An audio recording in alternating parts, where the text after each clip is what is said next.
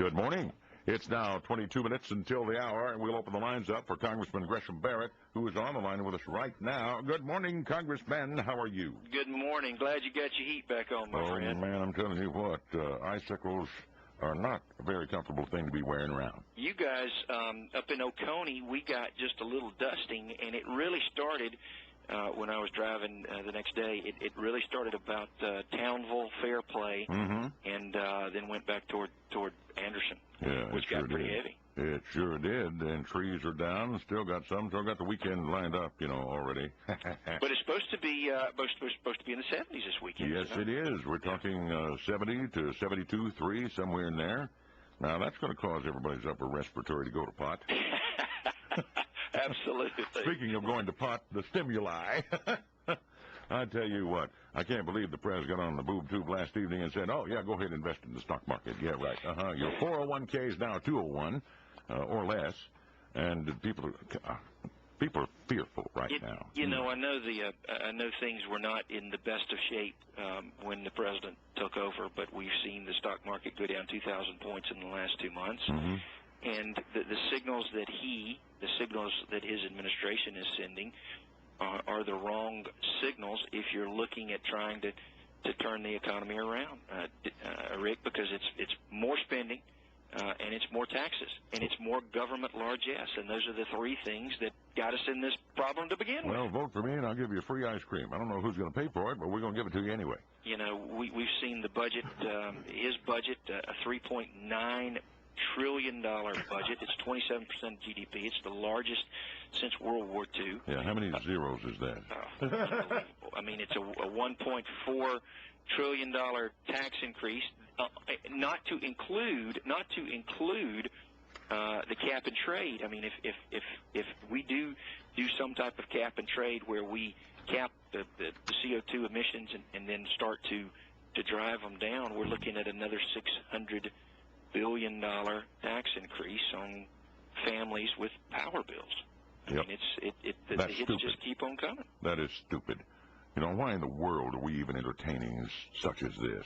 Well, I was reading in the paper the other day that Tata, I believe it's T-A-T-A, it might be pronounced a little bit different, but they've come out with a new car that runs about $2,500. Of course, they're trying to market it in China. Yeah, that's from India, isn't it? I'm sorry? India, isn't it? That's correct. Yeah, and if this thing catches on like they think it will, which it will sooner or later, what we do to affect global warming will be paled in comparison to the damage that India and China can do. So I'm not saying that we don't need to be friendly, and I'm not saying we don't need to be good conservationist or and think about the environment, but you can't cut your nose off to spite your face. No.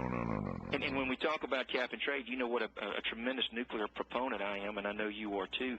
The president doesn't talk about clean nuclear energy, and that's got to be part of this mix. If we're going to, and it looks like we may, if we're going to implement some type of cap and trade, there has to be some provision in there for nuclear. Oh, they're always doing this. Oh, this carbon footprint. That's a crock. Everybody understands that stuff. Climate change, in lieu of using the words global warming. There's a cadre of scientists that have lined up on the other side that are not on the governmental payroll that are saying, this is bunk. This is not true. This is ridiculous. This is a normal cycle of the earth. Well, there's certain things we can do in the business world to combat with this, but the cap and trade that they have proposed is certainly not one of them. Heck, give me a break here. Absolutely. Characters, and common sense. Where in the world is common sense? Well, the other thing is, in his budget, there's a $600 billion. I think it's a little bit over. I'm sorry, $600 million as there was in the stimulus to address universal health care. Uh-oh. So, well, how about, does the word communism come to mind? Well, the word 1.2 billion, when you figure the 600 in the trillion in the stimulus and 600 in the actual budget, you're talking about $1.2 trillion for universal health care. And the last time I looked, we had not talked about that. We haven't debated that. No, we haven't. It looks like the Obama administration's gearing up for it. Man. Well, I noticed that all the Republicans did not vote in favor of this most recent stimuli. Yeah. And glad to see that. It looks as though, the snowball is rolling down the hill. And well, it seems to be gathering steam, obviously, with the free this, free that. Everybody looks at that, and they don't look at the repercussions. Part of the problem, my friend, is too many of my colleagues have forgotten who brung us to the dance, as my daddy used to say. Mm-hmm. You know, they are putting their faith, their trust, and their belief in a thing called government. Mm-hmm. And I think we need to be putting our faith, our trust, and our belief in the good old small businessman in South Carolina. 82,000 small businesses in South Carolina, Rick, that have 2 or more employees. That makes up 97% of the businesses. And when the president talks about, you know, where we're only going to increase taxes of people over $250,000, those are small businesses, my friend. Yeah, those are the men and women that are the backbone not only of South Carolina but this nation. And they're killing them. And they're doing everything they can to kill them. It's sad, sad, sad. We got one call coming in, Congressman. Let's go ahead and try to get that. I know you have limited time.